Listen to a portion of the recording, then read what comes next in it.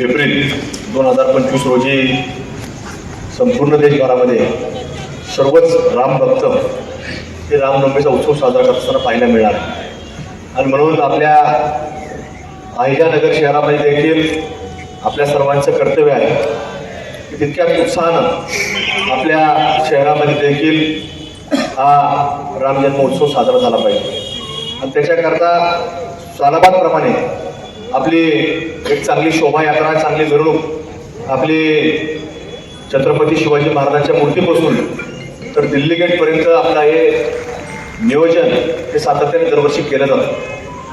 पण मागच्या काही काळामध्ये आपण पाहतो की काही इंग्रजी वृत्तीचे अधिकारी, विशेषतः पोलीस अधिकारी, ते प्रयत्न करतात की कुठंतरी ही मिरवणूक बंद कशी होईल याच्यावर त्यांचा एक प्रयत्न असतो. मग ते कुठंतरी शिवजयंती आली, आपल्या लोकांना नोटीस द्यायच्या, रामनवमी आली ते लोकांना नोटीस द्यायच्या, संभाजी महाराजांची मिरवणूक आली त्याला नोटीस द्यायच्या, जेणेकरून आपले लोक हे आले नाही पाहिजे. एका नोटीस आली की तो दुसरा सांगतो की नोटीस मला आली आहे, काही तिथं काही जाऊ नको. म्हणजे असं सातत्याने दरवर्षी तो प्रयत्न असतो त्यांचा की आपली संख्या ही कमी करायची. मी त्या दिवशी त्यांना म्हटलं की तुम्ही या नोटीस देता, आता सण उत्सव काय फक्त एका समाजाचे नसतात, हिंदूंचेच नसतात, बाकीचे सण उत्सव असतात. मागच्या वर्षी ईदगाह मैदानावरती ते फिलिस्तीनचा झेंडा फडकव. कोण फिलिस्तीन, कसला फिलिस्तीन, त्याचा नकाशा सुद्धा माहीत नाही. त्याचं काय कारण आहे झेंडा फडकवायचा? ठीक आहे, त्यानंतर पुन्हा दाखल झाला, पण फडकवायचं कारण काय हाच माझ्यासमोर सर्वात मोठा प्रश्न असतो. म्हणजे दुसऱ्या देशाचा कुठल्याही प्रकारचा आपल्याला पुळका असायचं काय कारण आहे? म्हणजे तो काय चांगला आहे वाईट यानंतरच आहे, त्याचे काय विचार आहेत हा नंतरचा भाग आहे, पण त्याचा झेंडा इथे येतो कसा हा देखील फार मोठा तुम्हाला सांगतो म्हणजे आपल्याकरता विचार करण्याचा भाग. आणि म्हणून त्यांना अधिकाऱ्यांना म्हणलो की तुम्ही आता परत नमाज होणार आहे, ईद होणार आहे, तुम्ही किती लोकांना नोटीस बजावल्या किती बजावल्या नाही बजावल्या म्हणजे त्याच्याकडे कुठल्याही प्रकारचं उत्तर नव्हतं, कारण बजावल्याच नव्हतं. म्हणजे फक्त आपल्याला टार्गेट करायचं आणि आपल्या नोटीस काढायचं हे त्यांचं सातत्यानं कुठंतरी आपल्याला टार्गेट होण्याचे प्रयत्न सुरू असतात. त्यामुळे तुम्हाला सांगतो की ज्या दिवशी आमची छोट्या स्तरावरती काही ठराविक मंडळींची चर्चा झाली, बैठक झाली आणि मला सगळ्यांनी सांगितलं की आपल्याला पारंपरिक मार्ग जो त्यांनी काढायचे, आपला काही वेगळा काही मागणी नाही म्हणे, आपली पारंपरिक पद्धतीने.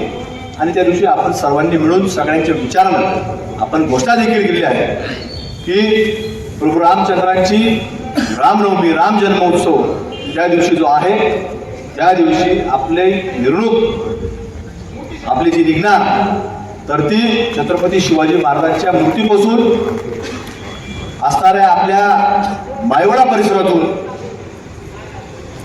तात्या टोपेंच्या चौकापर्यंत, तिथनं वतवाली पोलीस स्टेशन मार्गे आपण माणिक चौक मार्गे कापड बाजार आणि कापड बाजारातून तेलीकुंटातून चितळे रोड आणि चितळे रोडवरनं चौपटी कारंजा आणि दिल्ली गेटची वेळ.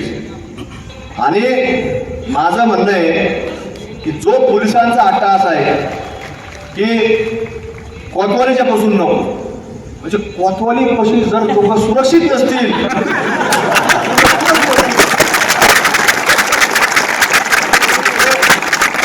पोलीस स्टेशनच्या भिंतीच्या बाजूने जर आपली मिरवणूक सुरक्षित नसेल आपल्याला सुद्धा इथं राहायचं काय हा विचार. कारण पोलीस स्टेशनची भिंत आहे ती सगळीच बाजू आहे, तात्या टोपेंच्या पुतळ्याच्या बाजूला जी भिंत आहे ती दगडी भिंत आहे, ही Kotwali police station, city police station आपण ज्याला म्हणतो ती त्याची भिंत आहे.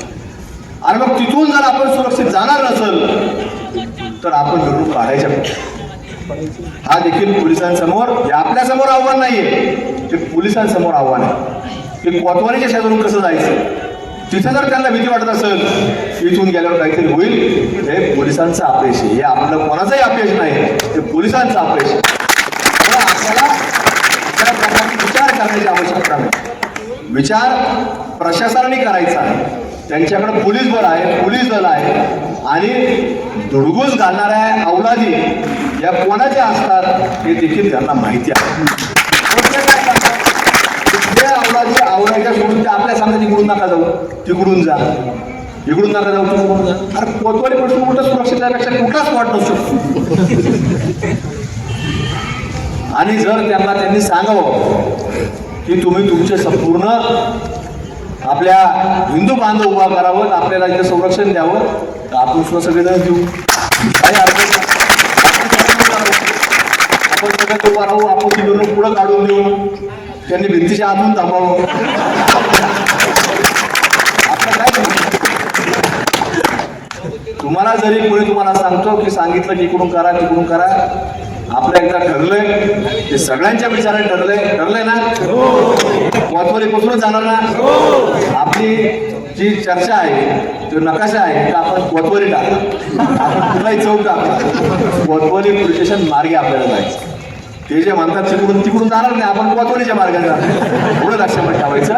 आणि आपला निर्णय आज झालाय, सगळ्यांच्या एक मताने झालेला आहे, बरोबर आहे ना. त्या एक मताच्या निर्णयाप्रमाणे आपण सगळे मान्यवर मंडळी आपण 6 तारखेला जसं आता आढळराव साहेबांनी सांगितलं की छत्रपती शिवाजी महाराजांच्या मूर्तीपाशी आपल्याला जमायचं आणि तिथनं आपण सगळी शोभायात्रा काढणार आहे.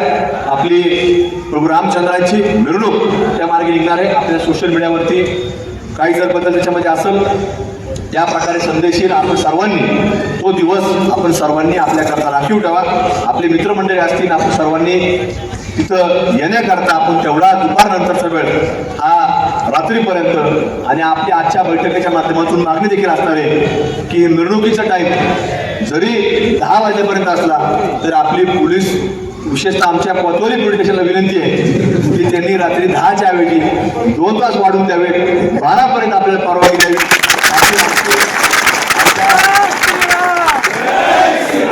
कोतवाली पोलिसांना आमची आपल्या सर्वांच्या माध्यमातून पत्रकार मंडळी आणि त्यांच्या माध्यमातून विनंती आहे की आपण पोलिसांनी आमची हात जोडून विनंती आहे की आपण 10च्या ऐवजी 12पर्यंत द्यावी, अशी एक आम्ही तुम्हाला नम्रतेची विनंती पोलीस प्रशासनाला आपल्या सर्व आपल्या श्रीराम भक्तांच्या वतीने या ठिकाणी मी विनंती करतो. आणि आपण आज जो काही एक मुख्य पाठिंबा आपल्या या 6 तारखेच्या मिरवणुकीच्या मार्गाकरता जो दिलाय, तर आपले सर्वांचे या ठिकाणी राम भक्त म्हणून या ठिकाणी मी आभार व्यक्त करतो. धन्यवाद. जय हिंद, जय श्रीराम, जय शिवराय. हे जो वेळ काळ सगळ्यांना दाखवतील काय असते ती, त्याच्यामुळे जास्तीचा आता मी लई बोलतोय. या मीटिंग जे आयोजित केली त्याचं निमित्त प्रभू श्रीरामचंद्रांची 6 तारखेला आपल्याला जे मिरवणूक काढायची, जी शोभायात्रा काढायची आहे, मीटिंग आपण आयोजित केलेली आहे. तर जास्ती वेळ न घेता आमदार साहेबांचं, भैया साहेबांचं पण आपल्याला मार्गदर्शन ऐकायचं आहे. त्यासाठी आपण परिस्थितीमध्ये मिरवणूक या आशा चौकामधूनच घेऊन जायची.